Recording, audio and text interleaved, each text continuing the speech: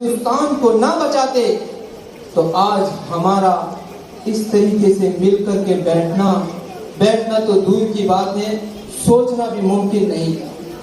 جو آج ہم یہ دیکھ رہے ہیں، آج جو ہماری مسجدوں سے، مسجد کے میناروں سے اذانیں بلند ہو رہی ہیں، الحمدللہ اس ملک کے اندر ہزار مدارس چل رہے ہیں، مکاتب چل رہے ہیں، دین کی محنتیں چلتی ہیں، دعوت و تبلیغ کی تحریک چل رہی ہے، جو ایمان کو روشن کرنے کی اور عوام کے اندر دین کا درد پیدا کرنے کی بہترین تحریک ہے۔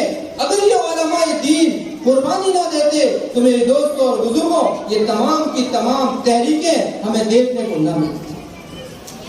آج ہم ان شہداء کو سلام پیش کرتے ہیں، ہماری طرف سے کروڑ سلام ہو، ان کی روحوں کو ٹھنڈک پہنچے، جنہوں نے اپنے آپ کو مٹایا، اپنے بچوں کو چھوڑ کر کے جیلوں کو آباد کیا، اپنا سب کچھ چھوڑا لیکن غلام ہونا پسند نہ کیا۔ ہم انہیں سلام کرتے ہیں۔ اگر وہ لوگ قربانی نہ دیتے تو آج ہمیں یہ دین دیکھنے کو نہ ملتا۔ اللہ تعالیٰ کروڑ ان کی قبروں کو نور سے منور فرمائے اور ان کو ہماری طرف سے سلام پہنچائے۔